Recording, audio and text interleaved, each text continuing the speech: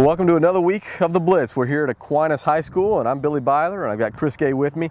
Chris, it's the time of year when it's a good thing we judge football teams by their whole body of work instead of just one or two games where they may be playing above their heads. Butler, of course, they've had a great year, and I don't think we go as far to say they've been playing above their heads, but they kind of got a reality check this week. You were at the Butler-Hepzibah game. Tell us a little bit about that.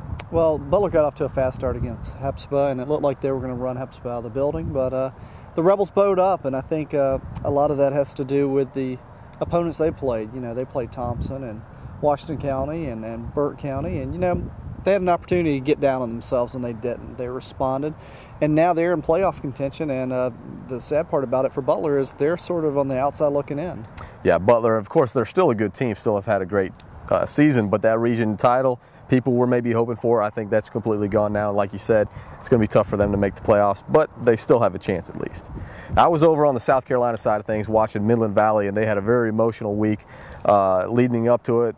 Tragic loss in the Mustang community, but they fought hard, and it was a big potential to claim a region title for Midland Valley. They lost in overtime. To be honest with you, I didn't like the play call at the end, but fortunately for the Mustangs, they actually end up holding on to the driver's seat in the region there. They could win a region title still with the way the whole tiebreakers work out. So good news for them in the big picture, although I'm sure they would have liked to have that win. You're watching the Blitz. You're watching the Blitz.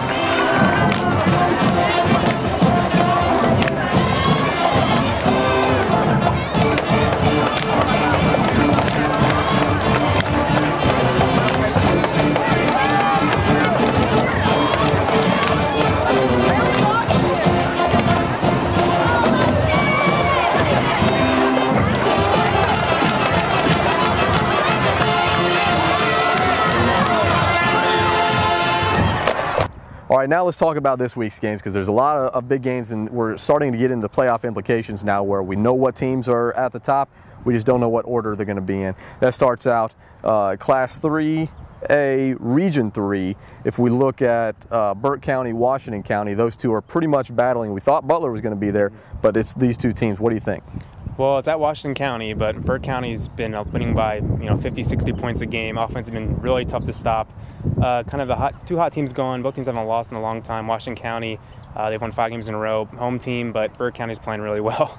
Well, and then on the north side of that sub-region, we've got the same thing where it's come down to pretty much 2-3 teams. Richmond Academy and Grovetown playing this week. That's a big one. Yeah, definitely is. Richmond County is the home team in that one, but Grovetown, they're 3-0 in sub-region play. Pretty good start for a second-year school. A lot of skill players on both sides of the ball. Grovetown, pretty good running it. ARC, we know it can pass the ball well. It'll be interesting to see how that one goes down. Well, Thompson's there too. You can't forget about them either. Moving up a class, Class 4A, it's interesting to see what Evans is dealing with now. That was a big win last week against Statesboro. So now they're set up Effingham County this week, Lakeside next week. They've controlled their own destiny, but it's going to be a difficult road for them. It really is a difficult road, but like you said, it's in their hands now. I mean, that's all I can ask for at this point in the season. All that matters is if they can keep it going. Not as many big games on the South Carolina side. North Augusta plays South Aiken. That's a region rivalry thing, but I think North Augusta is kind of a step above right now. South Aiken's still looking for their first win. And then Williston-Elko, Fox Creek, that's another game. Could have potential, but I think most people are going to look at Williston-Elko to get that one. But looking at this now, we're in Augusta. We are at Aquinas, and they've got a big game. Big region game. It's a rivalry, at least on the Aquinas side. They play Lincoln County. What do you think is going to happen there? History is definitely not on Aquinas' side. No wins against Lincoln County since 1972. Been shut out a lot of times since then. But it's the best year they've had in a long time, but obviously a lot of ground to make up. Aquinas has had a good year so far. They could turn it into a great year this Friday night. A lot of big games going on, a lot of region implications that we're going to know come Saturday morning where a lot of these teams stand.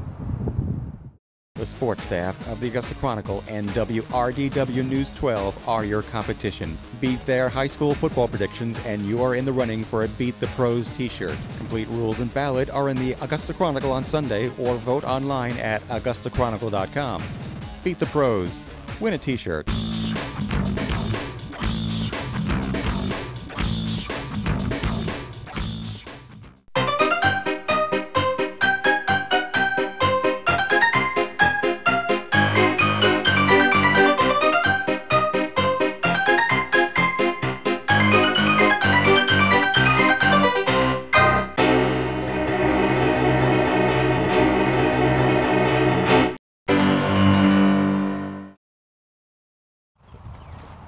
Guys, what are we doing? This is a football show.